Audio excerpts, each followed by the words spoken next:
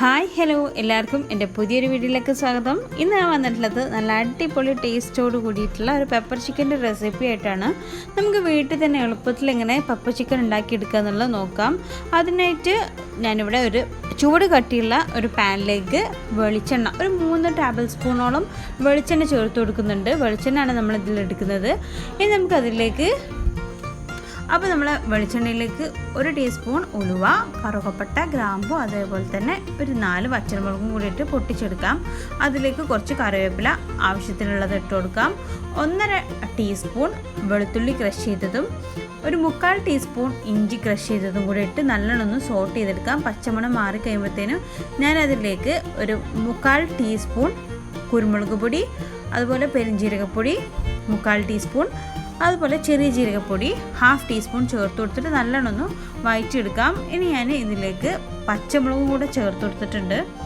പിന്നെ ഞാൻ ചേർത്ത് കൊടുക്കുന്നത് ചെറുതാക്കി കട്ട് ചെയ്ത ചോപ്പ് ചെയ്ത ഉള്ളിയാണ്. ഞാനിവിടെ 2 സവാള എടുത്തിട്ടുണ്ട്. നല്ലപോലെ അതൊന്ന് വഴറ്റിയെടുക്കാം. ആവശ്യത്തിനുള്ള ഉപ്പ്, മഞ്ഞൾപ്പൊടി, മല്ലിപ്പൊടി, കുറച്ച് തൈരും കൂടെ ചേർത്ത് നല്ലപോലെ ഒന്ന് സോട്ട് ചെയ്തെടുക്കാം. അതിനുശേഷം ഞാനിവിടെ ചിക്കനിൽ കുറച്ച് കുരുമുളകും മല്ലിയും ഒക്കെ ഒന്ന് മാരിനേറ്റ് ചെയ്ത് വെച്ചിട്ടുണ്ടായിരുന്നു. ആ ചിക്കൻ ഇതിലേക്ക് ഇട്ട് കൊടുക്കാം. ഈ സമയത്ത് നമുക്ക് ഇതിലേക്ക് ആവശ്യമുള്ള ഉപ്പും ഒക്കെ നോക്കിയതിന് ശേഷം ഇത് അടച്ചു വെച്ച് ചിക്കനിന് നല്ലപോലെ വെള്ളം ഇറങ്ങുന്നത് വരെ വേവിച്ചെടുക്കാം. ഇനി അതിലേക്ക് ലാസ്റ്റ് സ്റ്റേജ് ആകുമ്പോഴത്തേനും കുറച്ചുകൂടെ കുരുമുളകും ഒരു 3 പീസ് തക്കാളിയും കൂടെ ചേർത്ത് കൊടുക്കുന്നുണ്ട്. അപ്പോൾ നമ്മൾ തക്കാളി ചേർത്ത് കൊടുത്തിട്ടുണ്ട്. അത് ഒന്ന് കുക്കാവുന്ന വരെ നമുക്കൊന്ന് അടച്ചു വെക്കാം. ഞാനതിലേക്ക് കുറച്ച് മല്ലിച്ചപ്പ് ചേർത്ത് കൊടുത്തിട്ടുണ്ട് കട്ട് ചെയ്തിട്ട്. ഞാൻ ഒന്നും കൂടെ ഒരു 5 മിനിറ്റ് തീ ഓഫ് ചെയ്ത് അങ്ങനെ വെച്ചിട്ടുണ്ടായിരുന്നു.